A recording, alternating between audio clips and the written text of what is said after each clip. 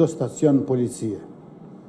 Do të thotë që dhuna në familje dhe diskriminimi nuk tolerohen, justifikohen ose fshihen, por ndiqen penalisht dhe parandalohen. Do të thotë që çdo vajzë dhe grua në Kosovë ka qasje të barabartë në arsim dhe mundësi cilësore për jetë dhe karrierë. Drejtësia e barabartë do të thotë që gratë nuk janë vetëm votuese, por edhe vendimmarrës. Do të thotë përfaqësimi barabartë në politik, leadership, në institucione publike dhe pjesëmarrje kuptimplote në formësimin e së ardhmes së vendit tonë. Sepse një demokraci nuk mund të jetë e fortë nëse gjysma e popullsisë së saj është e nënpërfaqësuar.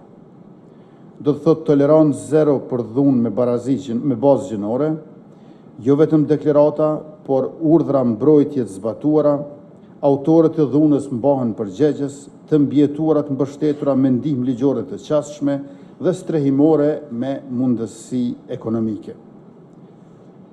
Do të thotë ligje pune që garantojnë pagë të barabartë për punë të barabartë, kujdes shëndetësor që respekton dinjitetin e grave dhe ligji për familjen që mbron barazinë, si dhe institucione drejtësie të lira nga paragjykimi dhe nga ndikimi.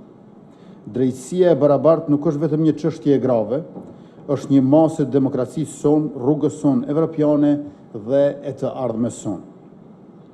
Pra do të thotë që të drejtat e shkruara në letër duhet të zbatohen në praktikë. Gjatë mandatit tonë, fuqizimi i grave dhe i vajzave ka qenë prioritet konkret, me politika, buxhet dhe me rezultate të mashme. Kemi mbështetur drejt për drejt punësimin e mbi 12.000 grave.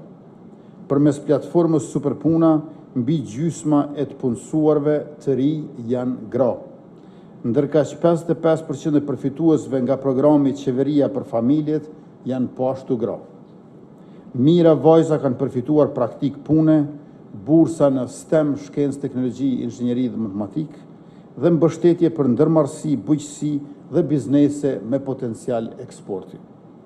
Kemi mbështetur financiarisht nënat dhe fëmijët, rreth 80.000 nëna të reja kanë marrë shtesa, mbi 400.000 fëmijë përfitojnë nga shtesat për fëmijë, të cilët jipen në emër të nënës, dhe rreth 100.000 gra kanë hapur për herë të parë si rezultat llogari bankare.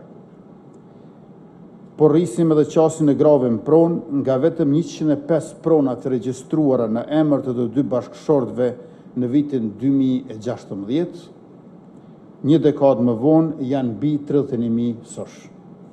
Lansuam masën e punësimit për gratë që janë viktimat dhunës, qeveria subvencionon 70% të pagës së të punësuarave për 6 muaj me radhë, rritëm numrin e grave oficere korrektuese të punësuara në shërbimin korrektues, 83 gra gjatë periudhës mars 2021 dhjetor 2025, për dallim nga periudha 2018-2021, gjatë së cilës kishte vetëm 16 gra të punësuara, mbështetëm 711 biznese, prej tyre 30% në pronësitë grave, me potencial eksporti përmes granteve në vlerë prej 20.5 milion euro dhe subvencionim të kreditive investuese për 378 biznese, prej të cilave 57 kanë qenë biznese të grave, dhe 11 milion euro për 5.655 gra fermer në bujqësi përmes subvencioneve dhe granteve.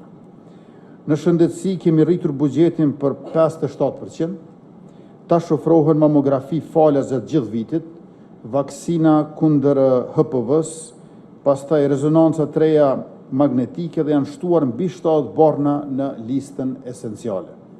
Diagnostifikimi i hershëm i kancerit të gjirit sot është realitet. Po investojmë në infrastrukturën e kujdesit për fëmijët, 73 qerdhe të reja, edukimi i hershëm i detyrueshëm dhe program kuponësh për familjet në asistencë sociale, sepse aktivizimi ekonomik i grave lidhet drejt për drejt me kujdesin ndaj fëmijëve. Kemi rritur përfaqësimin e grave në administrat dhe në vendimmarrje, 63% të punësuarve të ri në administrat në vitin 2024 janë gra. Përfaqësimi në borde dhe institucioneve të pavarura është rekord, në FSK dhe Policinë e Kosovës numri i grave është në rritje të vazhdueshme Dhe unë tash sfundmi shef stafit e kam Flora Maculën, e cila është aktiviste e njohur e shoqërisë civile, por gjithashtu edhe zyrtare e cila nga pozitat e ndryshme institucionale i ka mbrojtur dhe avansuar të drejtat e grave. Kemi forcuar mekanizmat kundër dhunës në familje, strategji kombëtare, protokoll për trajtimin e dhunimeve seksuale, ndihmë juridike faljas për viktimat, subvencionim pagë për gratë viktimat të dhunës dhe 7.3 milion euro mbështetje për strehimorët.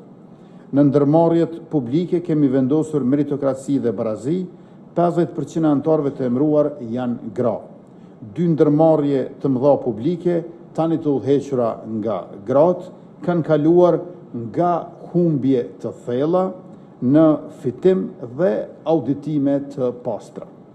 Këto nuk janë të nderuarat pranishme vetëm statistika, janë hapa konkret drejt barazisë ekonomike, sociale dhe politike të grave në Kosovë. Barazia nuk është premtim, është punë, vendimarrje dhe buxhet. Dhe kjo punë vazhdon. Ju faleminderit për ftesën dhe vëmendjen.